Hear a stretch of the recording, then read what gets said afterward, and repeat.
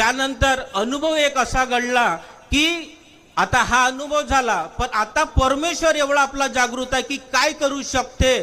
त्या नंतर आज आपण बघतो की मुलींनी प्रेम विवाह केल्यानंतर तिच्या परिवारातले लोक बोलत नाही, त्याच पद्धतीनं त्या मुलीला पण त्या परिवारानं सोडून दिलं होतं, म्हणजे कोणीही बोलत नव्हते। पण आईच्या काळी हे दयाळू असते। आई 8-10 दिवसांनी त्या मुलीबरोबर चोरून लपून फोनवर बोलायची, मुलीची विचारपूस करायची। पण एक दिवस काय झालं, त्या मुलीला 15 दिवस झाले त्याच्या आईचा फोनच आला नाही।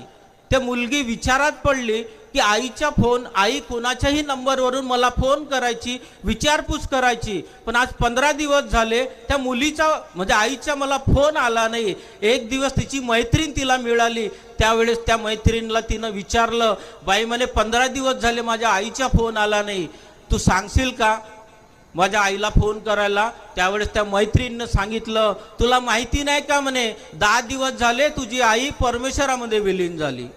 त्यावेळेस त्या मुलीला खूप विचार आला आणि तिने परमेश्वराला विनंती केली की परमेश्वरा, मला माहिती आहे की या मार्गात इच्छानुसार भोजन मिळते। तिनं परमेश्वराला फक्त एकच विनंती केली की परमेश्वरा, मला जे पाहिजे ते तुम्ही न दिलं, फक्त आता मला माझ्या आईबरोबर भेटून द्या। आता मेलेल्या माणसाबरोबर कसं भेटणार आहे? त्यासाठी आपल्याला मरावं लागेल। पण परमेश्वर एवढा जागृत आहे, 8-10 दिवस ते सतत विनंती प्रार्थनेमध्ये फक्त एकच लट ठेवायची की परमेश्वरा, मला माझ्या आईबरोबर भेटून द्या। एक दिवस परमेश्वराचा साक्षात्कार, म्हणजे आपण चमत्कार नाही म्हणू शकत, जे दुसरे करतात तो चमत्कार, आणि आपण या मार्गात साक्षात्कार बघितलेला आहे।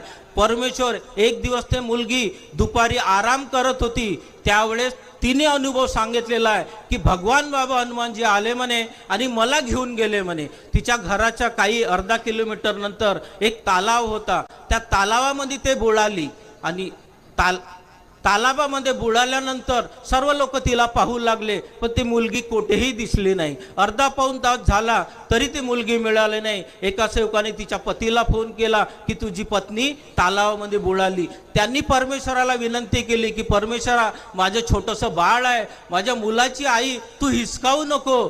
तो आला तालावापाशी, बघितलं पण मिळाली नाही। तालावापाशी परत विनंती केली आणि त्या बाईची काही वेळानंतर अर्धा-पाऊण तासानंतर शाळी मिळाली आणि जे गोताखोर राहते त्यांनी त्या बाईला काढलं, बेवस अवस्थेत होती आणि त्यांनी असं वाटलं की दवाखान्यात घेऊन जा। त्या पतिपर्वाने सांगितलं की मी एक काम करा, दवाखान्यात नेण्याच्या अगोदर माझ्या घरी घेऊन चाला। तिला घरी ठेवलं।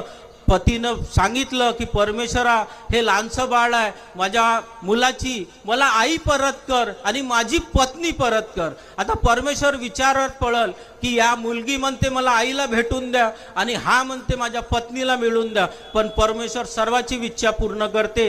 काही वेळानंतर त्यांनी तीर्थ केलं। तीर्थ करताच क्षणी त्या बाईला होश आला, तेव्हा तिला विचारलं की का बरं बाई तू कुठं गेली होती? त्या बाईनं सांगितलं, मी कुठं नाही, मी आपल्या घरीच होती।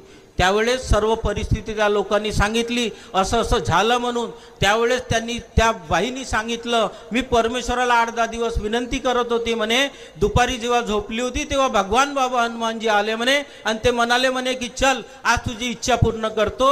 मला घेऊन स्वर्गात गेले आणि मी आपल्या आईबरोबर बोलली आणि राहिली आणि तिथंच मी परमेश्वराला विनंती केली की परमेश्वरा, मला इथंच राहू द्या माझ्या आई बरोबर। त्यावेळेस परमेश्वरांनी मला सांगितलं म्हणते की बेटा, तू न मला मागितलं होतं, तुझी इच्छा पूर्ण केली। आज तुझा पती परमेश्वर मला तुला मागत आहे, त्याची इच्छा पूर्ण करायची आहे, म्हणून तुला इथं राहण्याची गरज नाही, तू धर्तीवर चाल। आणि सर्व सुखी समाधानीचे जीवन ते आज जगू राहिले। म्हणून आपण एकच ठेवायचं की परमेश्वर आपल्याला काही करू शकते, फक्त